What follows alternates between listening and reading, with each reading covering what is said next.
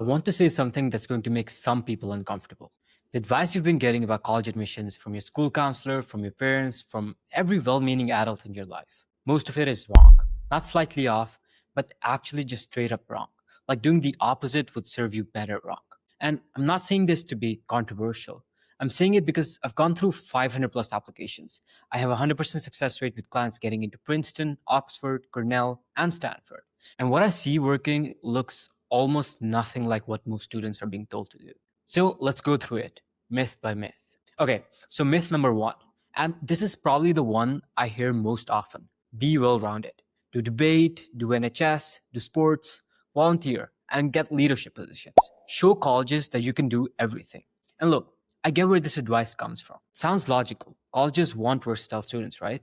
Students who can contribute to campus life in multiple ways. So you should demonstrate that you can do multiple things. But here's the problem. At schools like Harvard, Yale, Princeton, 90% of applicants are well rounded. That's just who applies. So being well rounded doesn't make you stand out, it makes you invisible. It makes you look like everyone else in the pile. And here's what I've seen that actually works: students who are spiky, students who are really, really, really into one thing, and then have supporting evidence around that one thing from multiple angles. The student who got into Yale with a 1430 SAT, which, by the way, is way below the median for Yale, he wasn't well rounded. He was deeply, obsessively into physics and mathematics. He self studied AP physics because his school didn't offer it. He then started teaching it to his classmates.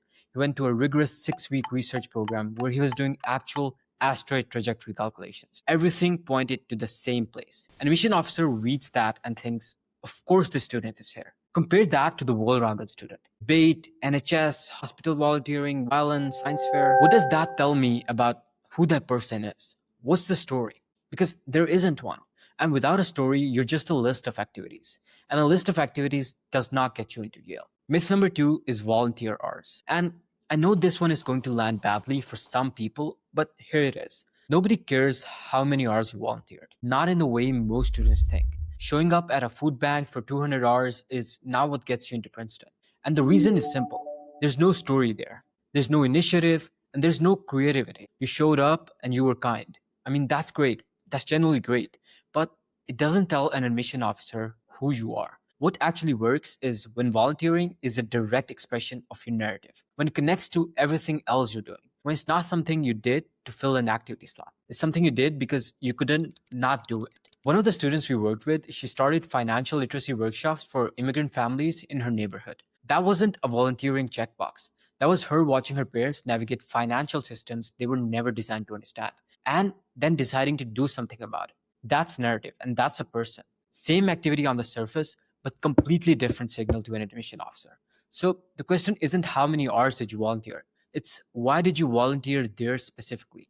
And does that why connect to everything else you've done? Myth number three is leadership positions. So be the president of the club, get the captain title, and show colleges you're a leader. And again, this is not wrong in isolation. Leadership is good. But the way most students pursue leadership is completely backwards. Most students join a club in ninth grade, especially because they want to be president by 12th grade. And admissions officers know this. They see it constantly. The student who was a member for 3 years and then magically became a president senior year right before applications were due. That's not leadership. That's just a credential. Real leadership in a college application looks like this. You saw a problem, you built something to solve it, and other people followed because what you built was genuinely useful. The Harvard student I interviewed, she didn't join an existing science communication platform. She built one from scratch because the ones that existed weren't good enough. It grew to 75 writers across multiple chapters. That's leadership. Not because she has a president title, because she created something that didn't exist and other people wanted to be part of it. That's the difference. And your school counselor is probably not telling you that because, to be honest, it's very hard to advise. It's much easier to say, just get leadership positions than to say, find the thing that needs to be built and then build it. Myth number four, and this is the one that I think kills the most otherwise very strong applications. The idea that your personal statement should summarize your best achievements. Tell the story of your biggest accomplishment. Show the admissions officers what you've done. And no, this does not work. Your activity section already has your achievements. That's what it's for. The personal statement is not a second activity section. It's the answer to a completely different question. Who are you as a human being and how do you think? And the way most students write their personal statement, It's just polished, structured, and achievement focused. And then it actively works against them because it sounds like every other application. I rewrote my entire approach to my personal statement after my first round of rejections. In the second time I applied, I wrote about powerlifting and how it changed my understanding of physics, the mechanics of force distribution, the geometry of a perfect lift, how the way of thinking about leverage translated into how I approach problems in every other area of my life. It was the most specific thing I had ever written, the most personal one as well. And I had been so convinced that being that specific and that personal would make me seem small, like who cares about a kid in a barbell in Pakistan? Turns out that's exactly what gets you in.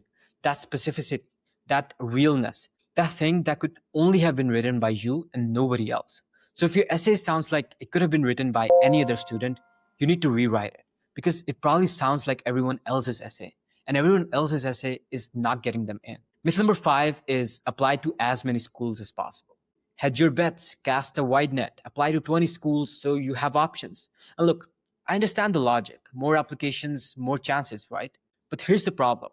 When you apply to 20 schools, you cannot write 20 genuine YS essays. You just can't. You end up writing one template and then doing find and replace on the school name. And admissions officers can tell. They read thousands of these. They know immediately when a student has written a generic essay versus one where the student has actually thought about why this specific school makes sense for them specifically. So instead of increasing your chances, you're actually decreasing them because your YS essays at every single school are then weak. The framework I use with every client is 9 to 13 schools maximum. 3 to 5 reaches, 3 to 5 targets, and 2 to 3 safeties. That's it. And for each one, you're writing a YS essay that names specific professors, specific programs, and specific research. Things that you could not have written about any other school. That's what demonstrated interest actually looks like. Not showing up to an info session, but rather an essay that proves you understand what makes that school different from every other school on your list. And your safety schools, this one matters too, because your safeties should be schools you'd genuinely be excited to attend, not schools that you're embarrassed to mention. Because the mentality of treating a school as a backup bleeds into how you write that application. And schools know when you're not actually interested. Okay, so here's what I actually think is going on with all of this advice. Your school counselor is not bad at their job. Most school counselors are genuinely trying to help, but they're managing 300, 400, sometimes 500 students at once. And the advice they give, be well-rounded, get leadership positions, volunteer, and apply broadly, that advice is designed to be scalable. You can tell it to every student in the same conversation and it applies to everyone generally. What it doesn't do is help you specifically. It doesn't help you find your story. It doesn't help you figure out why everything you've done makes sense together. It doesn't help you build the one sentence that makes an admission officer go, of course, we want you here. And that's the gap. That's what nobody is filling. Because the truth is, the thing that actually gets students into top schools is not a checklist. It's a narrative. It's a story that makes your entire application feel inevitable. And finding the story requires someone to actually sit with you, understand who you are, and help you articulate the thing that was already there but had never been said out loud. That's the work.